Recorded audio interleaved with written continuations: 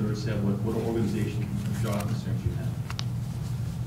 What they did is they answered, there were items for each one of those. They recorded their response on a 1 to 5 scale. We talk about being a likely scale. 1 being not really an issue, to 5 being a great issue. So what is your concern for inmate violence? 1 be no concern at all, 5 be great concern. Those items for each set allowed us to come to a score for that scale. So for example, the individual concern scale, called the stressor scale, an officer could get a score of 6 to 30. The higher the number, the more they felt stressed out by the job, their personal safety. For the officers that completed it during that focus group, the average score was 23, kind of the higher end. When we talk about work-family conflict, the score could range from 8 to 40. 8 would have been not a problem, 40 an issue. The average score there was 30 of all the people combined. Kind of a concern. And we talk about organizational concerns and job stressors, the scores could range from 8 being no problem to 40, a high score. There, the average score was 31.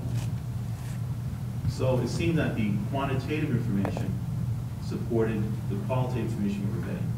That all these areas, the personal safety, the work-family concern, organizational concerns, were all high stresses to them. They cause concern for them. And is this a common procedure that you would use in your industry during these focus groups? Yeah, I would do that because I want to make sure I'm balancing the qualitative information with something more quantifiable. And it lets me feel more comfortable and confident in the findings that people are writing. So there's a check, somewhat of a check and balance. Yeah, that's how I use it. I use it as check and balance. Because the goal is to be as accurate as you can with the information. Okay. Be as clear as you can with the information. During these focus groups, did the officers voice a strong opinion about the medical plan or the protective vest? And that's where work with the association important. There were obviously, those are issues the association wanted to get at. So we also include items, which include things, how happy are you with the medical plan for you and your family? Are you satisfied with it? Yes, no. We asked some questions there about using of the vest again, because that was an issue for the association. About people's perceiving it as keeping them safe. They do the job without it. They do the job without it, things such as that, yeah. So there were a series of questions that were kind of yes-no questions related to that. Okay. And in regard to the... Oh, can I say something else? Sure. There's also questions about injuries, how many times you injured on the job in the past year, how many days you missed. Again, those were things the association was interested in getting at. Okay. In regard to the vest issue, were there any specific findings that you made in regard to the vest of the officers' opinions? We asked 3 questions related to that. Could you do the job without the vest? About 98% of the people responded said they could. We asked the question, does the vest limit your ability to do the job? About 77% of the people responded said it does limit their ability to do the job. And in terms of causing discomfort, about 91% of the respondents said it caused discomfort. And this was just done with the COs. The spouses weren't asked this when they asked that question. Just the COs that were asked this question.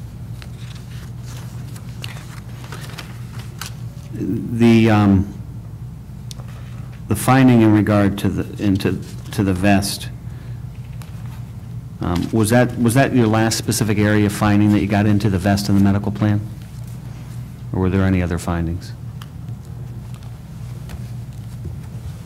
We did ask things about a number of times injured on the job, like I said. I think the range was, for the past year, 2 times 28. We asked them how many days they lost from work. The range there was 0 to 60 days they lost from work in the past year due to being attacked on the job or injured on the job. And there we meant injury like assaulted by an inmate. That's how we meant it there. So you do this focus group, you formulate your findings, and this is now an effort to assist PSCOA to send out the survey. And are you familiar with the survey that was sent out? Yes, I've seen it. When the Association wrote it up, they asked me to review it to see if it was tapping some of the areas they wanted to tap into and reflected some of the areas from the focus groups. And in my opinion, looking at it, they did tap the areas that were acknowledged as focus groups once it came out there. Okay. The response rate, are you familiar with the response rate of the survey? Yeah, I think, looking at I looked it over. I mean, my understanding is that the association had about 10,900 members. And they had about 4,064 people to respond, based on looking at the response items. So in my calculations, that's about a 37.28% response rate. And in your experience in this field, how would you characterize that response rate? I would be satisfied with that, considering this is the first effort the association has made to reach out to its members. This is what I mean to say. I mean, it takes time in organizations to build a culture where people get comfortable doing this work. Give you an example. At Buffalo State College, we do the nominal group technique all the time. First time we do, people are saying, what is this? There's a reluctancy to do it. Now it's just part of what we do. So people come to a meeting, they see the boards, they see the markers, they're ready to go. For the first attempt to do a survey, to get that response rate is a good response rate. The acceptable average in the field is about 30% of people do surveys. Now, do they range? Sure. Some people get 70% response rate, some people get 22. But the goal here was to get a sense of what are issues important to the membership. And what I see here, there's a sense that there are some common themes that people are concerned about. No. Can I Okay. ask a question? Yes, sir. Just one point of clarification. You said the nominal group technique. Mm-hmm. That was for the focus groups, right? Yes. Not for the survey. No, but I was trying to make the point was that it takes people time in an organization to get used to doing different ways of collecting information. The question council asked you was about the response rate for the survey at 37%. Okay, I may not be clear what you're asking, so please help me. Well, I was just curious as to why, when we're talking about the survey and the response rate, you immediately then said, we do the nominal group technique all the time, and it's not related to the survey, correct? I think I got what you're saying. I was trying to make a clarification that in terms of collecting data, in terms of response rate, in organizations, people have to get used to the process. If people go through something the first time, they're not used to it, Right. they may be less hesitant to do it. It's like an exercise program. First time you exercise, you do as little as possible. As you get more into it, maybe you do more and more and more.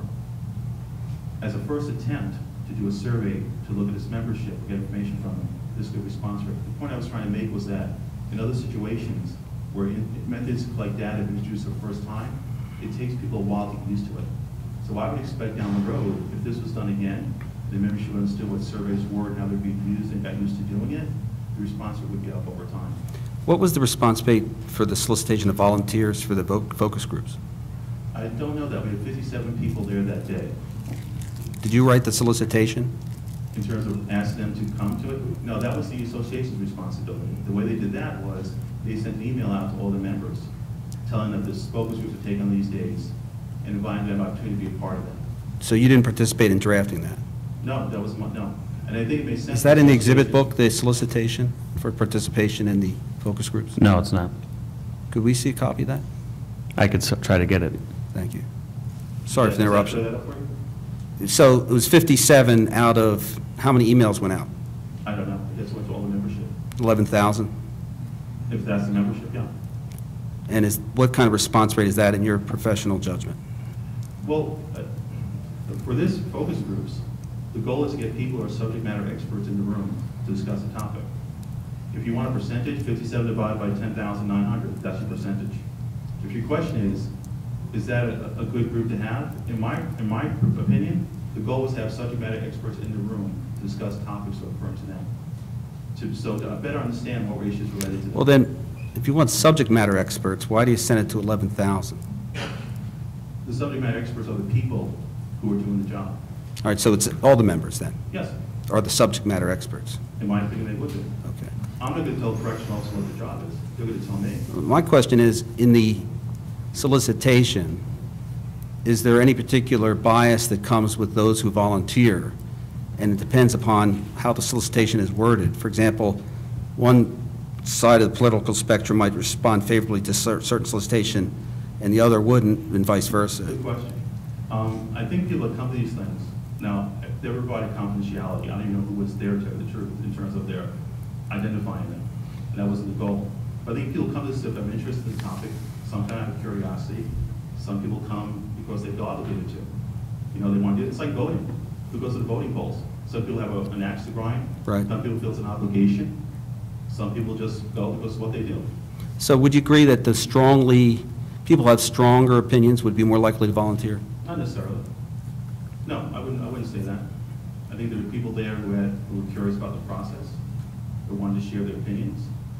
We did if I could talk about this, maybe answer the question. What's your foundation for saying that? What's your research for saying that In statement? terms of what? I mean, help me clarify what you're asking. I'm not The sure. question was, you send out 11,000 solicitations, you get 57 favorable responses.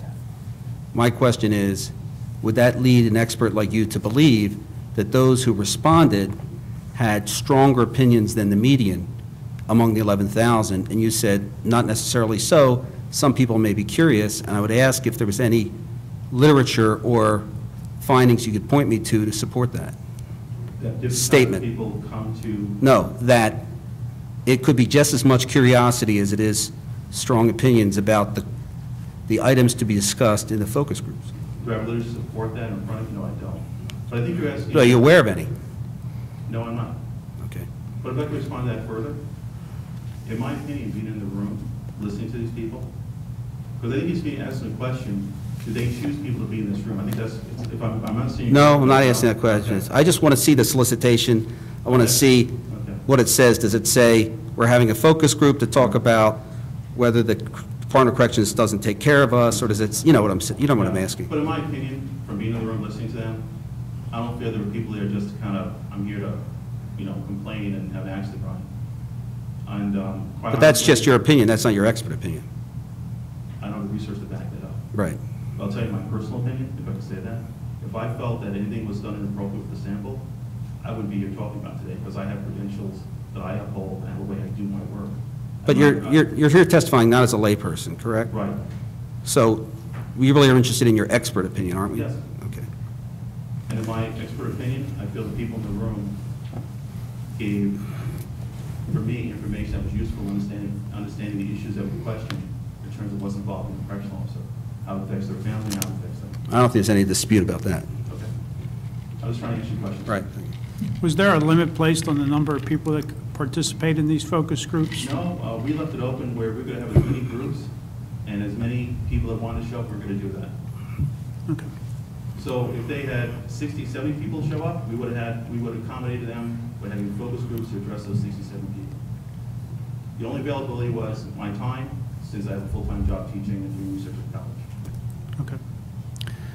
Doctor, could you, there seems to be a question being raised in regard to the general makeup of the focus group. In your professional opinion, the selection and the makeup of the focus group, was it appropriate and why? I think No, how can he answer that question if he doesn't know how they were solicited?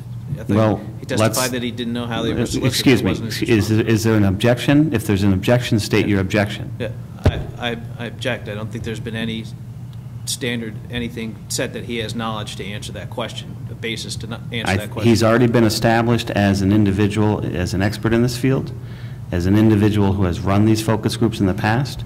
There was no objection to him being I'm sorry. put forth as an expert. I'm only objecting to him being able to answer the question because of his a lack of knowledge regarding how the individuals were solicited. He testified that he was not involved at all in that solicitation process. Okay. You seem to be talking to each other. If I roll on the objection. Sure. Can I rule on it? Because I Let's can vote on it. rule on Let's do it the right straw now. poll of the room to see if the objection's sustained or not. I share your concerns with the question, but I'm going to see how the doctor handles it. And, you can answer. Maybe this could help, though. I heard you saying. I did some research to identify other ways, other people, identify people to be part of a group, for these non-group techniques. That would some clarity. I mean, there are studies out there in terms of how they recruited people to participate in these. There's an article in 2008 by Castiglione that they recruited people by email in conference announcements. Another article in 2000 by Prince. They identified 9 clients were recruited from something called the Assertive Community Relation Program client roster.